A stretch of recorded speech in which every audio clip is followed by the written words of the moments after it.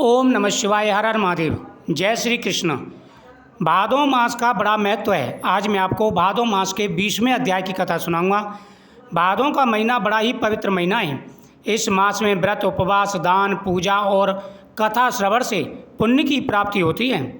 बहुत समय पहले एक नगर में एक निर्धन ब्राह्मण रहता था। वह सदा धर्म और सत्य का पालन करता था, परंतु गरीबी के कारण उसके परिवार को भोजन की भी नसीब नहीं होता था। इतनी उनके घर में गरीबी थी कि एक समय का भोजन भी नहीं मिलता था। काफ़ी समय ऐसा आ जाता है, कुछ समय ऐसा आ जाता है जब इतनी तंगी और परेशानी आ जाती हैं कि परिवार के लिए भोजन जुटाना भी बड़ा मुश्किल हो जाता है। वही समस्या ब्राह्मण के सामने आ रही थी। ब्राह्मण के घर में खाने के लिए भी अन्न नहीं था। उसका परिवार एक समय खाता, एक समय भूखा रहता है। इसीलिए तो भगवान ने अन्नदान की व्यवस्था बनाई है, जिससे कोई गरीब भूखा ना रहे। ब्राह्मण रोज भगवान विष्णु का स्मरण करता, प्रार्थना करता और कहता, हे प्रभु, मुझे इतना दीजिए कि मैं धर्म के अनुसार जीवन यापन कर सकूं और भूख से पीड़ित ना हूं। हे प्रभु, मुझे इतना दे दीजिए कि मैं आपकी पूजा पाठ करता हूं और मैं भूख से पीड़ित ना रहूं। एक दिन भाद्रपद मास की एकादशी आई। ब्राह्मण ने पूरे श्रद्धा भाव से व्रत रखा। दिन भर जल ग्रहण तक नहीं किया और संध्या के समय भगवान विष्णु की मूर्ति के सम्मुख दीपक प्रज्वलित कर कथा सुनी व आरती की। अब उसने क्या किया? वैसे तो गरीब था बेचारा, प्रतिदिन पूजा पाठ किया करता था। अच्छा, प्रतिदिन जो कथाएं सुनते हैं इनसे बड़ा ज्ञान प्राप्त होता है। कथाएं सुनते हैं उनसे हमारी जो मन है, जो हमारी प्रवृत्ति है, वो धर्म कर्म की ओर बढ़ती है और फिर कार्य करने की क्षमता बढ़ती है। मन में दूसरों के प्रति सद्भावना जागती है। तो कथाओं को प्रतिदिन श्रवण किया करें, इससे आपको बड़ा लाभ मिलेगा और आपकी मनोकामना पूरी होगी। तो यही वो करता था। ब्राह्मण प्रतिदिन पूजा पाठ करता, भगवान से प्रार्थना करता, प्रभु मुझे इतना देना कि मेरा परिवार अच्छी तरह चलता रहे, भूखा ना सोए और मेरी जो मन है वो आपकी भक्ति में लगा रहे। भाद्रपद मास की एकादशी आई, उसने व्रत रखा। उसके बाद में पूरे दिन निर्जल व्रत रखा।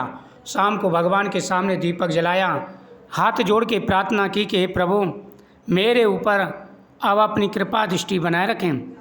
मैं अपने सामर्थ्य के अनुसार आपकी पूजा कर रहा हूँ, मेरे ऊपर अपनी दया दृष्टि बनाए रखें। रात में उसे स्वप्न में भगवान श्री हरि के दर्शन हुए। भगवान ने कहा, हे ब्राह्मण, तुमने भादो मास की एकादशी का व्रत किया है, इससे तुम्हारे समस्त पाप नष्ट हो गए। आने वाले समय में तुम्हें धन और सुख मिलेगा, तुम्हारा परिवार कभी भूखा नहीं रहेगा। जब वह एकादशी का उसने व्रत किया, भगवान से प्रार्थना की, तो भगवान ने दर्शन देकर के कहा, अच्छा, हम जो दान पुण्य करते हैं, जो पूजा पाठ करते हैं, व्रत करते हैं, इससे क्या होता है? हमारे पापों का नाश हो जाता है। और जब सारे पाप नष्ट हो जाते हैं तब पुण्योदय होते हैं और फिर हमारे जीवन में सुख ही सुख आता है। तो पहले दुख भोग लीजिए, पीछे सुख आएगा। और दुख भोगते समय अगर भगवान का नाम लेते हैं तो आपके बराबर भाग्यशाली व्यक्ति कोई नहीं है। तो भगवान ने उसे दर्शन दिए। प्रातःकाल जब ब्राह्मण उठा, उसने देखा कि उसके आंगन में स्वर्ण मुद्राओं से भरा एक पात्र रखा है। यह देखकर ब्राह्मण और उसकी पत्नी आनंद से भर गए। उन्होंने उस धन का उपयोग केवल धर्म कार्य, अतिथि सत्कार और गरीबों की सेवा में किया।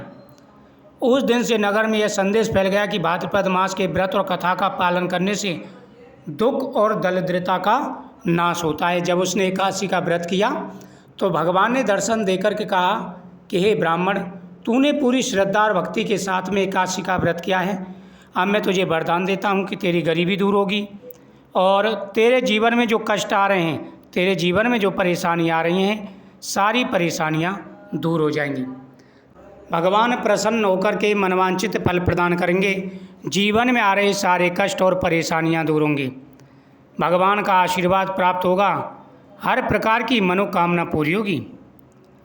आपके जीवन के सारे कष्ट दूर हो जाएंगे। तो भगवान का आप प्रतिदिन कथाओं का श्रवण करें, भगवान की पूजा करें, भगवान का आशीर्वाद प्राप्त होगा और आपके सभी कार्य बनने शुरू हो जाएंगे।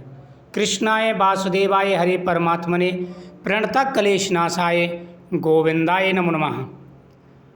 तो भगवान के मंत्रों का जाप करें, दान पुण्य करें। ये महीना बहुत ही पवित्र महीना है, क्योंकि हर महीने में कथाओं का श्रवण आप करेंगे और दान पुण्य करेंगे तो आपकी किस्मत बदलने से कोई नहीं रोक सकता है और आपकी प्रत्येक मनोकामना पूरी होगी। कृष्णाय वासुदेवाय हरे परमात्मने प्रणतः क्लेशनाशाय गोविंदाय नमो नमः।